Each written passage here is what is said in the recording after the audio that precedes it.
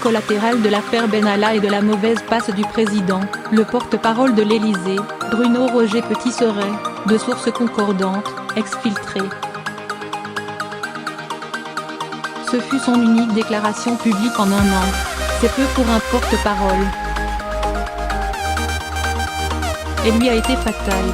Le 19 juillet, en pleine affaire Benalla, les Français découvrent un Bruno Roger Petit figé, dans un décor soviétisant, envoyé au front pour défendre une position intenable.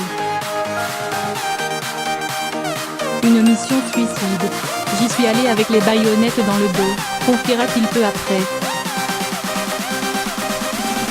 Ce qui ne l'empêchera pas d'essayer de nous faire gober dans la foulée, c'est le jeu médiatico-politique que le dit Benalla avait été relégué au rang de porteur de valise.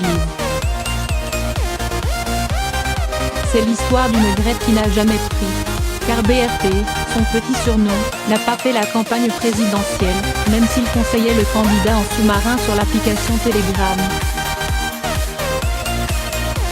Quand le président nouvellement élu l'a appelé à ses côtés l'été 2017, le journaliste a décidé en 30 secondes de balancer sa carte de presse aux orties.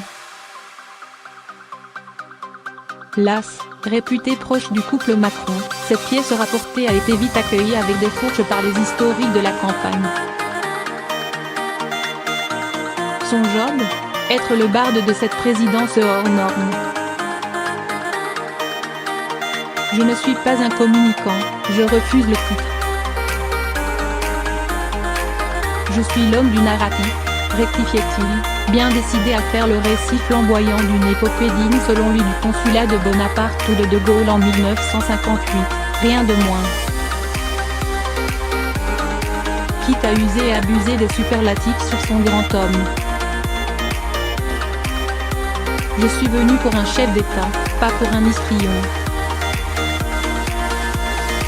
Un Macron qui l'a conquis en lui promettant de restaurer la dimension monarchique de la fonction, sa verticalité comme il dit.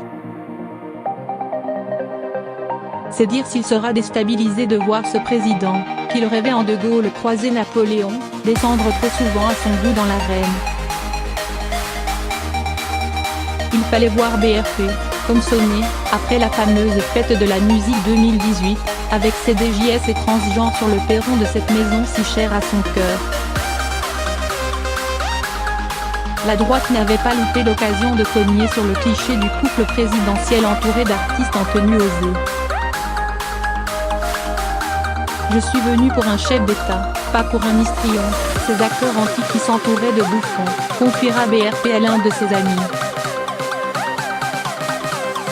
Féroce.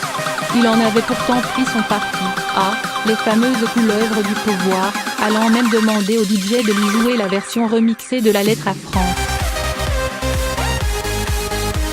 Mais il supporte mal les jeux de la cour et l'éloignement physique du roi Soleil, lui dont le bureau est situé dans l'aile Madame, loin du sein des seins du bureau présidentiel. Et vit mal de voir la jeune garde macroniste, Ismaël Emelien et Sibeth Ndiaye en tête, briser les codes de la fonction, comme lorsqu'il propose à Macron d'aller chez Jean-Pierre Pernaut sur TF1, tandis qu'Ismaël Emelien plaide pour le tandem Bourdin-Plenel. Ils lui ont tendu un piège. Son départ c'est un signe de bunkerisation. Je ne donne pas cher du pouvoir macronien dans les 2 ans. Lâche un ami. Un distributeur de offres. Paradoxe, alors qu'il porte la parole présidentielle, il ne faisait pas de point de presse à l'américaine, titrant peut-être les leçons des déboires de son éphémère prédécesseur sarkozyste, David Martineau. À la place, il reçoit dans son petit bureau, où trône un portrait de Mitterrand, tous les éditorialistes que Macron ne veut pas voir. Exécuteur de certaines basses œuvres, il ne se prive pas d'envoyer en offre des missiles à ceux qui déplaisent au président. Quitte à alimenter un temps, il ne s'en cache pas, le canard enchaîné. On a essayé, on a arrêté, avouera-t-il, franchement. Dans les médias, qu'il est chargé de traiter, beaucoup adorent le détester. Il le leur rend bien, Macron a épinglé les commentateurs parisiens dont il fut si longtemps.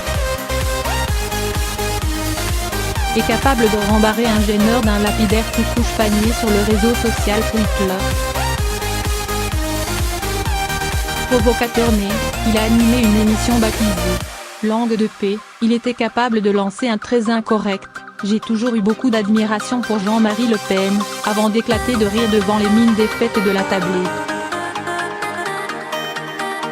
Tristement lucide, se pince sans rire, faux flegmatique, savait que l'aventure pouvait être éphémère et sans retour. Son livre préféré, Grand Amour. Mémoires d'un nègre, de l'académicienne Éric Orsena. L'histoire, comme par hasard, d'un jeune conseiller qui arrive à l'Élysée sous François Mitterrand. Il nous fera un bon bouquin, sourit son ami Julien Drey.